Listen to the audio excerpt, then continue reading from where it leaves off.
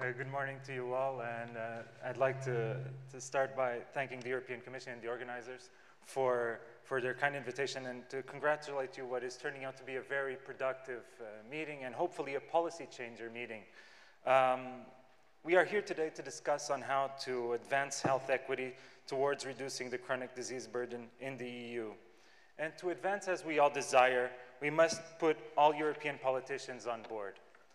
And to do so, we must be clear on three simple facts. Chronic diseases are responsible for 86% of all deaths in the region. They are the main cause of disability and morbidity, and we spend over 700 billion euros a year, year after year, a number that will grow on chronic diseases.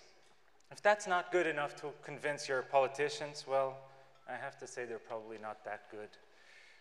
As you all know, during the 20th century, we lived what is called the scientific era that boomed and gave us sound evidence on how to solve health problems. And now, in the 21st century, we are living in the post-scientific era in which, despite the fact that we have the power of science on our side, social factors like discrimination, poverty, costs are blocking our actions. That's where politics plays a central role to overcome those barriers. It is the role of a politician to put science at the service of the people. But our main problem is clear, and I've said it before. In most European countries, we don't have health ministries, we have disease ministries. Just look at the numbers. 97% of our health budgets are spent on treatment when less than 3% are invested in prevention. We need a value-based health system in which health outcomes become our main endpoint. A system in which disease prevention and health promotion are put at the core. When we have people who are sick, they are not working. That has a direct impact on our economic situation, on our productivity index, and so we need to change the focus from just looking at health as expenditure, but at health as an investment to attain a sustainable future. But there is more to be done. To achieve such goals in the future, we need to make sure that everyone in every area of government, from education to finance, works every day with the common goal of health for all. However, we know that we are still far from getting there. The WHO and others have pushed for health in all policy, which I fully agree with. Unfortunately, though, health in all policies has become more of a buzzword than a reality. Being here in Scotland, allow me to use an analogy to try to get my message through. Health in all policies, ladies and gentlemen, has become the Loch Ness Monster of the European Union. And I'll tell you why. Everybody talks about it. Many people believe in it. Some have allegedly seen its head or its tail, but no one has seen it as a whole, and most probably, I'm sorry to say, it doesn't exist. Ladies and gentlemen, we need health in all policies. The European Commission and the member states must fight harder for it. And to do so, we need to give more power to health ministries. We need to give more power to the health institutions in Europe so they can intervene at the member state level to assure the implementation and the funding of a proper European public health strategy that embodies the spirit of solidarity defended by our founding fathers. I know this is all easier said than done, but have no doubt, a healthier future in Europe depends on our actions today. A couple days ago, Margaret McCartney said here at this conference that we had lost the battle for health in Europe. But I say we haven't lost the war. Let's take things up a beat and set bold goals. As I've told the previous commissioner, I tell the European Commission today, you have this room full of soldiers, me included, willing to fight for a healthier Europe. Let's start making change happen. Thank you very much.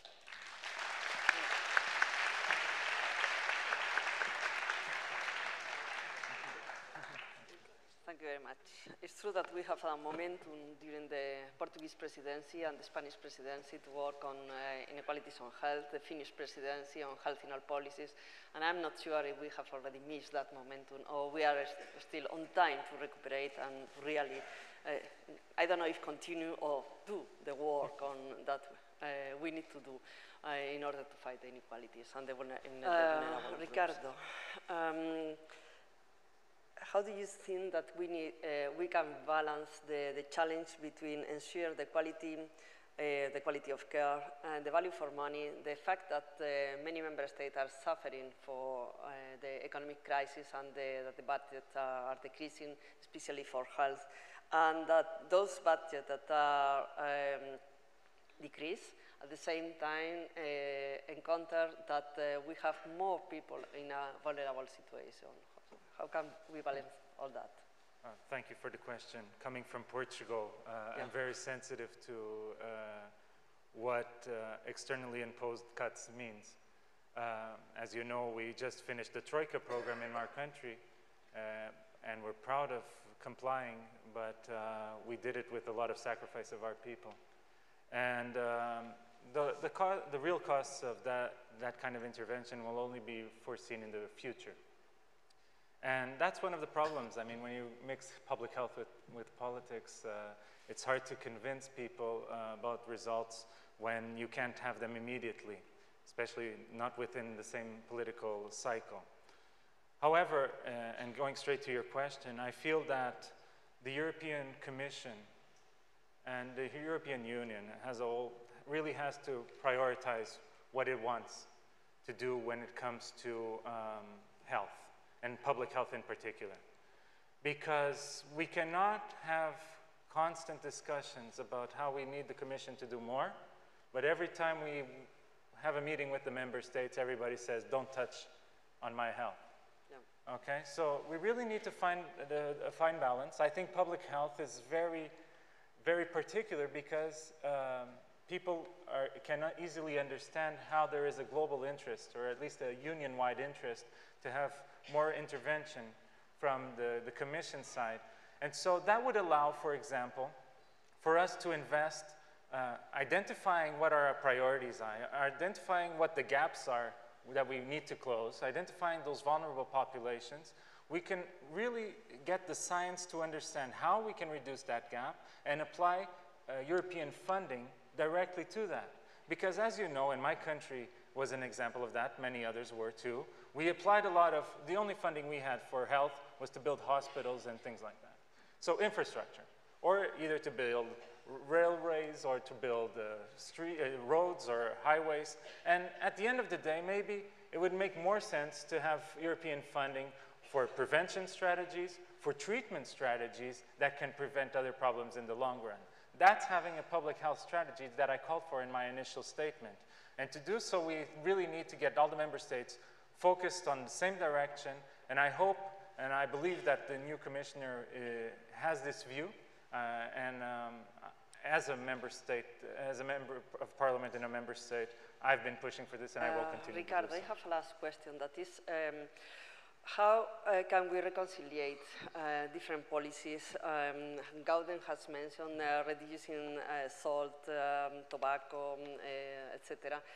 When we have the salt industry, for example, that refuse to recognize that salt could be bad for health. We have the tobacco industry that has been fighting, as you know. We have the alcohol industry talking about the good things of alcohol. We have the, well, and a politician has to reconcile all these different, having money on one side, having the industry in the country develop to have more employment also, and the impact on the health of the citizens. It's a difficult question, but I'll try to answer in a clear fashion. We need, above all, that the European policy be less permeable to any kind of lobby from the industry. It is unacceptable that we still have below 18 minimum age in certain countries for alcohol consumption or for tobacco consumption. I can't understand, with so much science behind the plain packaging, why that isn't happening in tobacco. So there are clear, this is another example of how science is clear, but politicians have been unable to put science at the service of the people. But getting back to what Gauden was saying, and I think it's extremely important in trying to answer your question, on the social determinants and financing, we need to do what I mentioned before, we need a values-based approach, where financing is focused on health outcomes. Because what happens now in most European countries is we have the public health part closed in a different silo, which is in a department or somewhere else, and then you have the whole of the rest of the health system that is taking care of continuous care or acute care. And public health has to be like an octopus, you know, you have to be everywhere to be able to work effectively. And to do that, the only way to change the way the health institutions work is to change the financing model, in my opinion. Because people at the end of the day do what they're paid for. So if you're paying institutions not based on the number of surgeries or the number of consultations they're doing, but based on the health outcomes of their population, I guarantee you they will be more worried on what they're doing on prevention than they are today. Because nowadays, as you know, hospitals, regional administration areas of health, they're all very focused on their administrative, bureaucratic procedures and outcomes, when they should be looking at if the population is healthy or not. I'm a medical doctor. I come from the field of infectious diseases. At the end of the day, I don't care how many consultations my patient had at the hospital.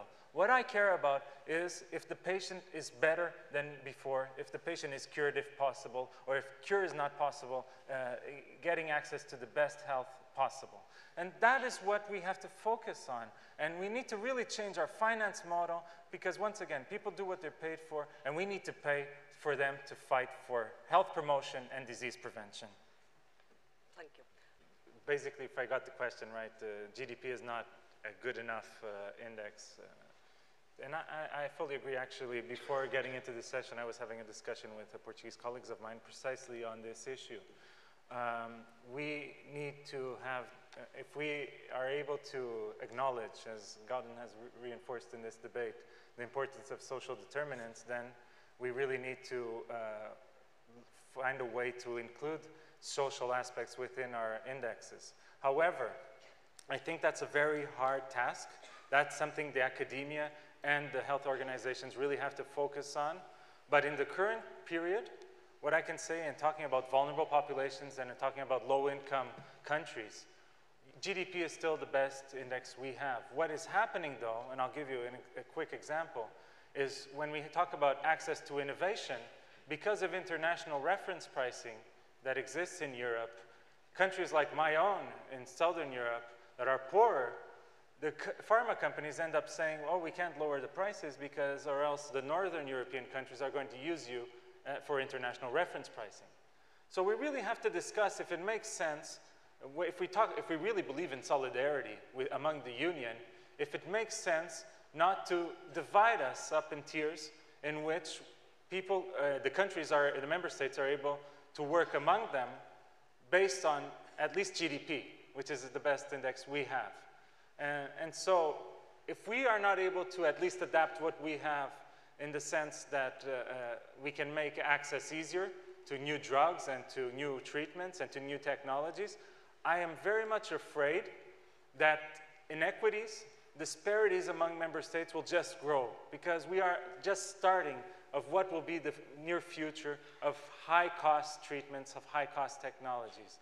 And so if we are really wanting to solve the problem, we need to find a solution because the current solution does not work. In the future, I think you're straight on topic. Academia and health institutions will have to find a way to bring in the social aspects so that the true assessment of the member states is more holistic and can really correspond to the health needs of those countries. I appreciate the question, and I think it's controversial, but it's an important discussion to have. And on the Twitter feed, it's saying it's hard to advise a minister when you want concrete answers, right? I personally don't know the Scottish situation that well. But what I do know is that if we are unable to do health in all policies, things won't work. And from my perspective, education is part of health in all policies. It's not the only solution, but it's inevitable that you have to put education in the formula. And the consequences will not be in 2 years or 5 years, but you'll have a next generation of people that will be able to use the public health recommendations in their own good. This is not a sense of blaming them or saying that we don't have other social problems. You probably do. I don't know them that well. That's why I don't comment. What I do know is in general, and from what I've seen, I mean, what I saw, I was shocked, to be honest, to see the life expectancy in Eastern Glasgow. The numbers are unacceptable for a country like Scotland. And in that sense, I really feel that there's probably a long way to go, and education has to be part of it. Because getting back to Portugal, which is my country, we have many actually pretty good public health programs, but at the end of the day, people that are not minimally prepared or conscious about their health and are not literate enough when it comes to health, they end up not being able to use those tools that are given to them in the best fashion. But this without saying that you have to do all the rest, as Gordon, pointed out very well in his presentation.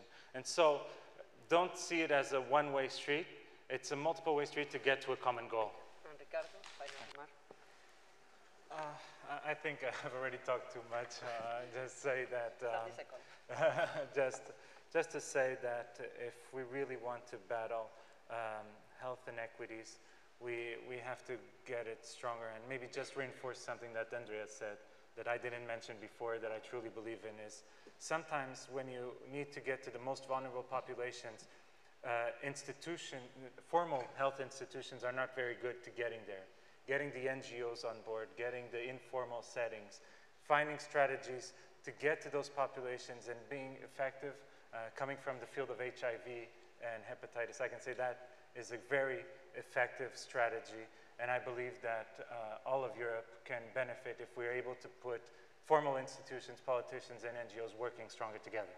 Okay, so thank you very much.